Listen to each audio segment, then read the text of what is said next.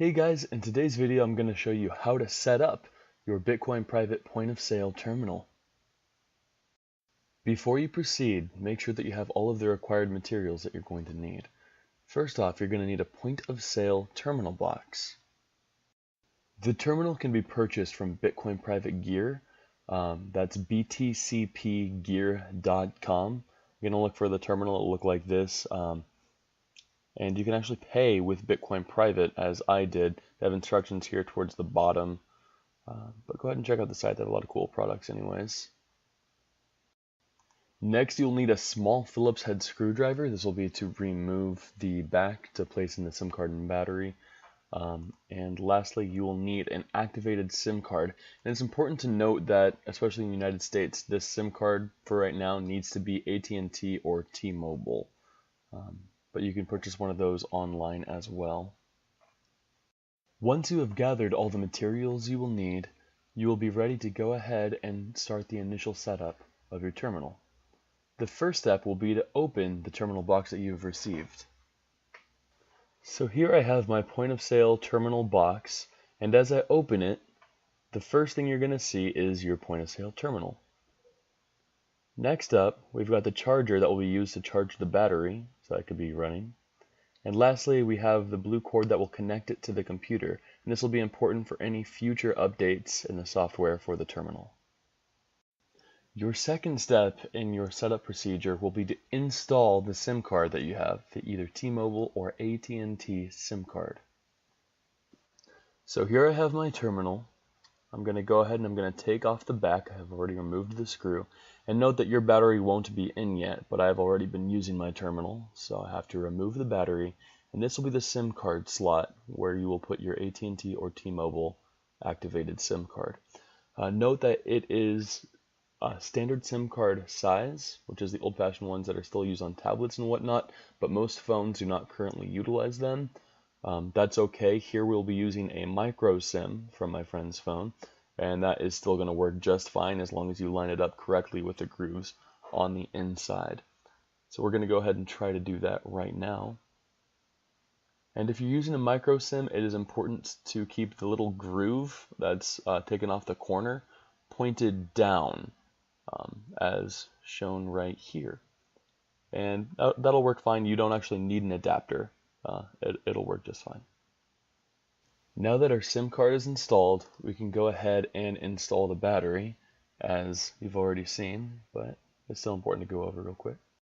So we install the battery with the 3 lines at the bottom left lined up with those of the terminal. The tab should be up when we slide on the back, and there's a tiny little screw that you'll go ahead and screw in. Now that the battery's installed, we're going to go ahead and be ready to charge the battery, and then as it's charging and getting some juice, you can go ahead and turn on your terminal while it charges. So we're going to go ahead and do that right now. So at the bottom of your terminal is a little rubber panel. If you remove that, you will see the charging station, which will be on the right hand side, and then in the middle is the port where you'll connect the blue wire to the computer for any software updates. So here I'm going to go ahead and connect the charger to the dock on the right and then plug it into my surge protector. And now that it's charging, and obviously my battery already had a little bit of charge to it, we can go ahead and push the red power button in the middle. That will turn it on. It takes a little while, but you'll see it light up. Just be patient. You only have to press it once. So now that the terminal is on, in order to connect it to the network, we're going to have to follow a few steps. First off, at the top left of the terminal, we're going to click Menu, and the second option will be Settings. Go ahead and click on Settings, and then you're going to scroll down until you find Select Network. Click Select Network, and then Manual. The options will be Automatic or Manual. There will be a little bit of a wait time, but your 2 options will show up as AT&T or T-Mobile. Show whichever one is checked. You should know based on which SIM card you use. For us, it will be AT&T. It's important to note that if you're using your phone's SIM card, you will have the same number, and you can send and receive text messages with or without Bitcoin Private. It will be functioning as a phone.